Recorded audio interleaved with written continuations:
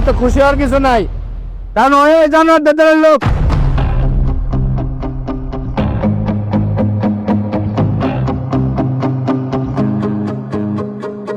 কোম্পানিকে বলছিলাম পুরান ক্যারেন দিয়ে কাজ না করাতে, এরপরও কাজ করাইছে। পরে চেঞ্জ আমাদের মিজান ভাই মরে গেছে। আমরা কোম্পানির কাছে ক্ষতিপূরণ চাইছি, কোম্পানি বলছে ক্ষতিপূরণ দিবে না। যদি ক্ষতিপূরণ না দেয় আমরা কেউই কাজ করব না।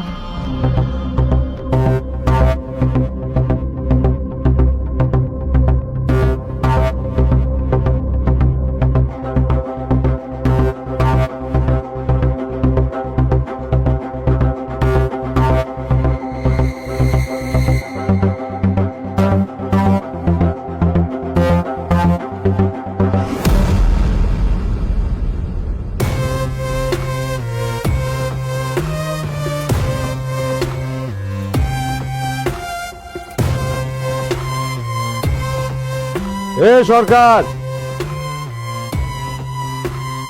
সিগারেট ধরাইতেছি। সিগারেট শেষ হওয়ার আগে সিদ্ধান্ত নে, দাবি মানবি নাকি মানবি না। যদি দাবি মানস তাহলে এই ডিপোতে মাল উঠবো, মাল নামবো। দাবি না মানলে এই ডিপো আজকে থেকে বন্ধ।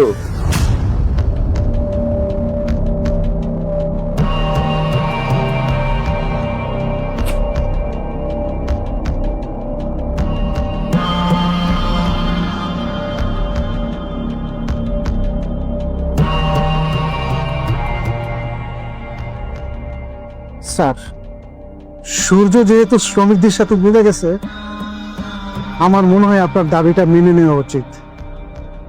নয়তো যেই হারামির হারামি আপনার ডিপি বন্ধ করে দিতে পারে। আমার সবসময় ঢুকায়, ওর সাথে অনেক হিসাব কিতাব বাকি আছে। এবারের মতো মাইনা নাও, অফিসে আমি পরে করতেছি। জি স্যার।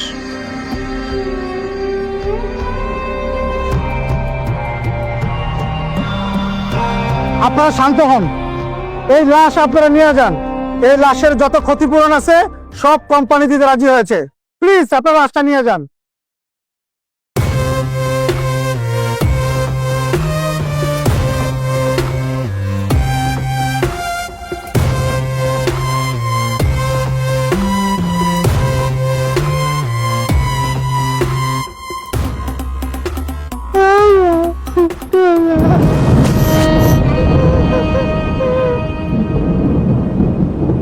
আর এখানে কি হয়েছে? স্যার, কন্টেনার করে মারা গেছে। এখানে কাজ কাম বন্ধ করে দাঁড়ায় আছো কেন? লাশটা সরাও, আর সবাই কাজে পাঠাও। বাচ্চাটা পৃথিবীতে তার কেউ নাই, ওর মাই ছিল। দায়িত্ব নেওয়ার মতো কেউ নাই। দায়িত্বটা যদি আপনি নিতেন। এখানে যে যে আসছে সবার নাম লিস্ট করো। বেতন দেওয়ার সময় সবার একদিনে বসে যেন টাকা রাখা হয়।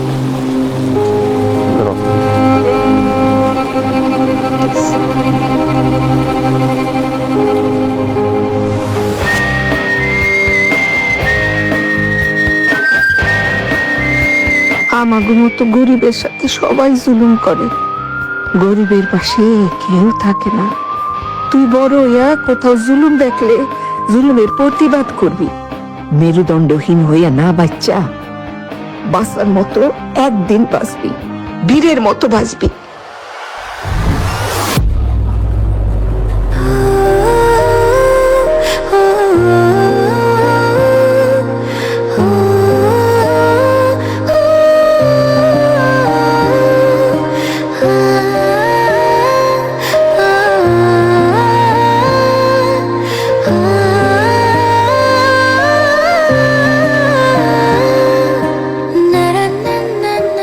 তারা কাজটার কি অবস্থা?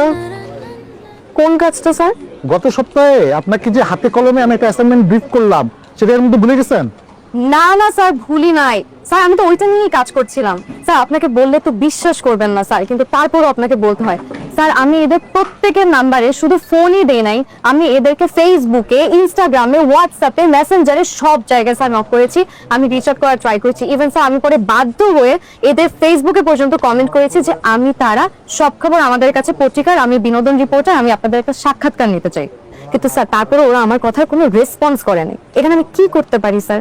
আপনি কি করবেন? আপনি বাসায় চলে যাবেন, আর সবাই যে আসছে তারা জ্বলছে পাড়া এই গান গাবে। ফাইজদানি একটা সীমা থাকা উচিত। রিপোর্টিং জিনিসটা এত সস্তা, এরকম এসির মধ্যে পয়সা ফেসবুক আর ইউটিউবে ঘুরলে হবে? হ্যাঁ, আপনাকে কিন্তু রাস্তায় যেতে হবে, রাস্তায় গিয়ে আপনাকে খুঁজে বের করতে হবে, খুঁজে বের করে অ্যাসাইনমেন্ট শেষ করতে হবে। স্যার আমি তো বললাম আমি যত রকমের ওয়ে পসিবল হয় আমি তাদেরকে রিচ আউট করার ট্রাই করেছি স্যার। এখন ওরা যদি আমার রেসপন্স না করে সেখানে আমি কি করতে পারি স্যার? আমি তো বললাম আমি ট্রাই করেছি। আচ্ছা, অ্যাসাইনমেন্টটা কি ওদের দেওয়া হয়েছে না আপনাকে দেওয়া হয়েছে? আপনার দরকার হলে ওদের বাসার সামনে দাঁড়িয়ে থাকবেন, দুদিন রোদে বৃষ্টিতে ভিজবেন, তারপর রিপোর্টিংটা করবেন। রিপোর্টিং জিনিসটা তো এত পানি ভাত না। স্যার আমার মনে হয় কি এদের ইন্টারভিউ না নিয়ে এখন বর্তমানে যারা ট্রেন্ডিং এ আমরা তাদের ইন্টারভিউ নিই স্যার। আমার মনে হয় এই প্ল্যানটা ওয়ার্কআউট করবে।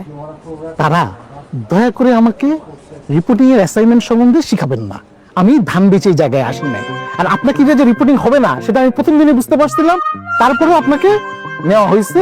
কিন্তু আমার মনে হচ্ছে সেটা আমার একটা ভুল সিদ্ধান্ত ছিল, এবং আমি এই ভুলের প্রায়শ্চিত্ত করতে চাই। আপনি আল্লাহর দোহাই লাগে আজকে এই চারের কাছে সব বুঝে নিয়ে আপনি সোজা বাসায় চলে যান।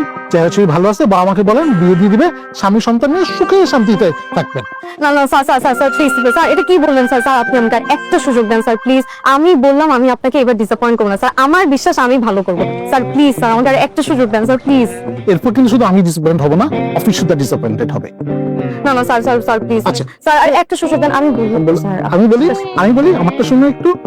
কালকে ভোর 5টার সময় ঘুম থেকে উঠে কাঁচা বাজার যাবেন, গিয়ে বাজারের দর কি, কাঁচা বাজারে কি অবস্থা, দ্রব্যমূল্যের ঊর্ধ্বগতি না নিম্নগতি, পুরো জিনিসটা জেনে আসবেন। সাথে সাথে ক্রেতা বিক্রেতা দুজনের সাক্ষাৎকার নিবেন, মধ্যস্বত্বভোগীদের কি অবস্থা সেটাও জেনে আসবেন। পুরো জিনিসটার একটা অ্যানালাইসিস, থরো রিপোর্ট আমি ভোর 7টার সময় আমার টেবিলে চাই। এটা কি বললেন স্যার? স্যার আমি বিনোদন সাংবাদিক স্যার, আমাকে অন্য কোনো ডিপার্টমেন্টে আমাকে এই যে শুনুন, এটা পারবেন আমি বলি বিনোদন সাংবাদিক না হয়ে সাংবাদিক হওয়ার চেষ্টা করেন, বুঝতে পারছেন? 5টার সময় আমি কাঁচা বাজার যেতে পারবো স্যার, আমাকে অন্য কোনো প্রোগ্রাম দেন।